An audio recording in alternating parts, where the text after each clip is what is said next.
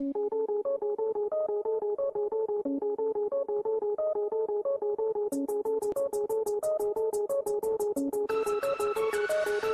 this desert, in darkness, lying with a gun across his chest, pretending he's heartless. As the fire flashes in the sky, he was fragile and frozen when the bullet took away his friend. But now he's somehow more broken.